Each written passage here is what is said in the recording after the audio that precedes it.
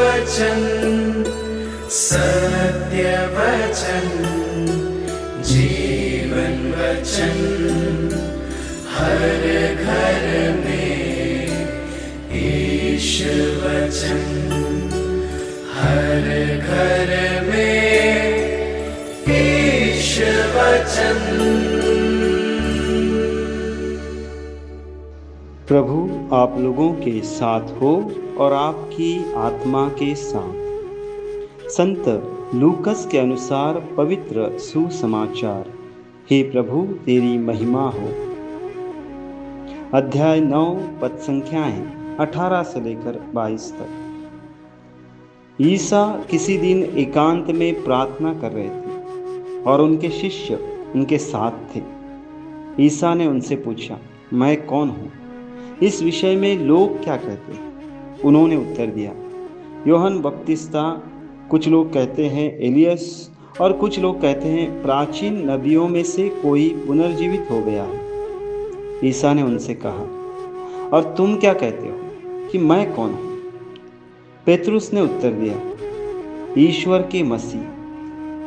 उन्होंने अपने शिष्यों को कड़ी चेतावनी दी कि वे यह बात किसी को भी नहीं बताएं। उन्होंने अपने शिष्यों से कहा, मानव पुत्र को बहुत दुख उठाना होगा, नेताओं, महायाजकों और शास्त्रियों द्वारा ठुकराया जाना, मार डाला जाना और तीसरे दिन जी उठना होगा। प्रभु का पवित्र सुसमाचार। हे क्रिस्त तेरी स्तुति हो। प्रभु यीशु मसीह में प्यारे विश्वासियों, आज कलीसिया दोनों पाठों के द्वारा अर्थात पहला पाठ नबी हग्गई अध्याय 2 पद संख्याएं 1 से लेकर 9 और लूकस रचित सुसमाचार द्वारा अपने अंतरतम में प्रभु का अनुभव कर उसकी महिमा को देखने के लिए बुला रही है। नबी हग्गई के द्वारा प्रभु वाणी कह रही है कि धीरज रखो और मंदिर का निर्माण कार्य पूरा करो, और उस मंदिर में मेरा आत्मा निवास करेगा और मैं उसे अपने वैभव से भर दूंगा। हाँ प्यारे विश्वासियों, सुसमाचार द्वारा प्रभु का जो दूसरा सवाल है वो इसी पर आधारित है। जब प्रभु एकांत में प्रार्थना करने के बाद अपने शिष्यों को सवाल करते हैं, तुम क्या कहते हो कि मैं कौन हूँ? इस सवाल के द्वारा प्रभु चाहते हैं कि उनके विश्वासी उनकी सोच, उनकी मनोभाव या विचार को स्वयं में उतारने के लिए स्वयं में चिंतन करें, और इस तरह से गहराई में उतरने वाला व्यक्ति अपने मंदिर का निर्माण प्रभु यीशु जो कोने का पत्थर है उस पर करेगा, जिनसे प्रभु के आत्मा का निवास होगा और वह प्रभु के वैभव का प्रतीक बन जाएगा। अर्थात इस सवाल के चिंतन से ही मैं और आप प्रभु के करीब आ सकते हैं, उसका अनुभव कर सकते हैं। इस सवाल में सामर्थ्य से परिपूर्ण ऐसा चिंतन लिप्त है। प्रभु इस सवाल द्वारा हमारी बुद्धि, तर्क, सामर्थ्य पर भरोसा रखकर जवाब नहीं चाहते, बल्कि ईश्वरीय आत्मा को अपने जीवन में कार्य करने के लिए अपने आप को खाली करने के लिए कह रहे हैं। पहले पाठ में प्रभु वाणी कहती है कि मैं थोड़े समय बाद आकाश और पृथ्वी, जल और थल हिला दूंगा और इस मंदिर को वैभव से भर दूंगा। हर व्यक्ति जो इस सवाल पर चिंतन करना चाहता है वह जरूर ही हिल जाएगा।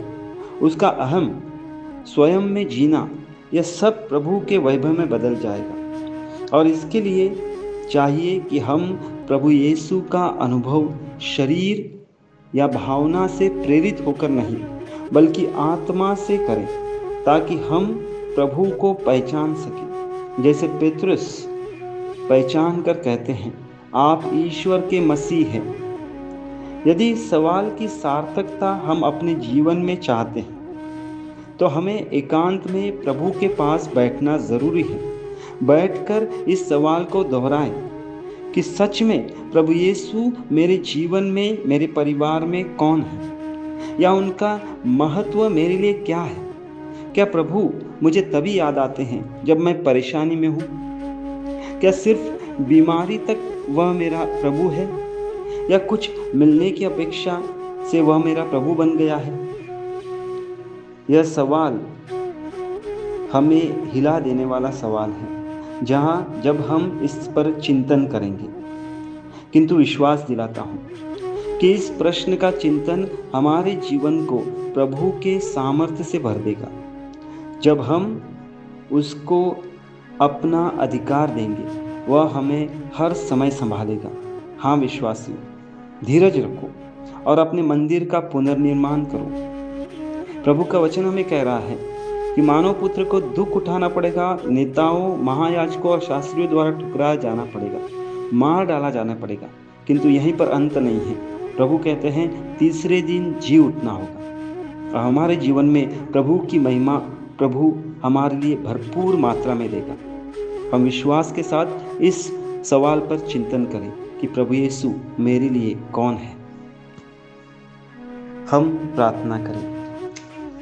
हे पिता, तेरे पुत्र की महिमा को अपने जीवन में पहचानने और उसे अनुसरण करने का सामर्थ्य मुझे प्रदान कर। यह हम मांगते हैं हमारे प्रभु यीशु क्रिस्त के पवित्र नाम में, आमीन।